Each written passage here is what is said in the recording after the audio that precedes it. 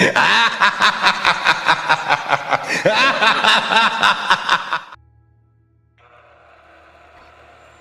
Raven by Edgar Allen Poe. Once upon a midnight dreary, while I pondered weak and weary over many a quaint and curious volume of forgotten lore, while I nodded, nearly napping, suddenly there came a tapping, as someone gently rapping at my chamber door. "'Tis some visitor," I muttered, tapping at my chamber door, only this, and nothing more. Distinctly I remember, it was in the bleak December, and each separate dying ember wrought its ghost upon the floor. Eagerly I wished tomorrow, vainly I had sought to borrow from my books surcease of sorrow, sorrow for the lost Lenore, for the rare and radiant maiden whom the angels named Lenore, nameless here, forevermore. And the silken, sad, uncertain rustling of each purple curtain thrilled me, filled me with fantastic terrors never felt before, so that now, to still the beating of my heart, I stood repeating, "'Tis some visitor entreating entrance at my chamber door, some late visitor entreating entrance at my chamber door. This it is, and nothing more." Presently my soul grew stronger, hesitating then no longer. "Sir," said I, "or madam, truly your forgiveness I implore. But the fact I was napping, and so gently you came rapping, and so faintly you came tapping at my chamber door, that I scarce I surely heard you." Here I opened wide the door, darkness there, and nothing more. Deep into that darkness peering, long I stood there, wondering, fearing, doubting, dreaming dreams no mortal ever dared to dream before. But the silence was unbroken, and the stillness gave no token, and the only word there spoken was the whispered word, "Lenore."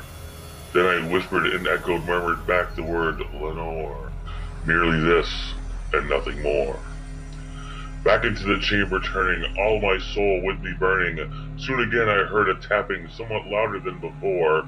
"Surely," said I, "surely that's something on my window lattice. Let me see then, what thereat is, and the mystery explore. Let my heart be still a moment, and this mystery explore. 'Tis the wind, and nothing more." Open here I flung the shutter, when in many a flirt and flutter, in there stepped a stately raven of the saintly days of yore.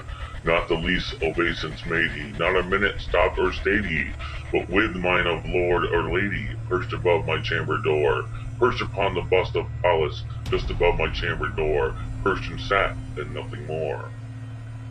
Then this ebony bird beguiling my sad fancy into smiling, by the grave and stirred decorum of the countenance it wore. Though my crest be shorn and shaven, though I said, "Art sure no craven, ghastly grim and ancient raven, wandering from the nightly shore, tell me what thy lordly name is on the night Plutonian shore." Quoth the raven, "Nevermore."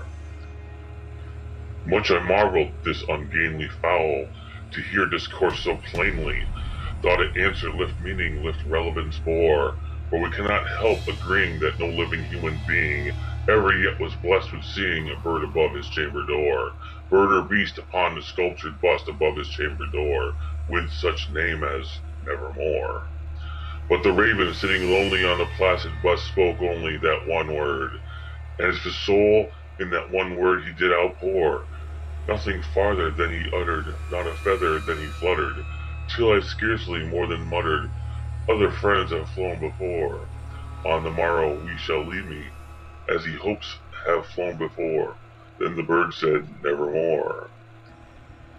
Startled at the stillness broken by repeatedly so aptly spoken, "Doubtless," said I, "what it utters its only stock and store, caught from some unhappy master, whom unmercifully disaster followed fast and followed faster, till his songs once burdens bore, till the dirges of his hope that melancholy burden bore, of never, nevermore." But the raven still beguiling all my fancy into smiling, straight I wheeled a cushioned seat in front of the bird and bust and door. Then upon the velvet sinking, I betook myself to linking fancy into fancy, thinking that this ominous bird of yore, what this grim, ungainly, ghastly, gaunt, and ominous bird of yore meant in croaking, "Nevermore."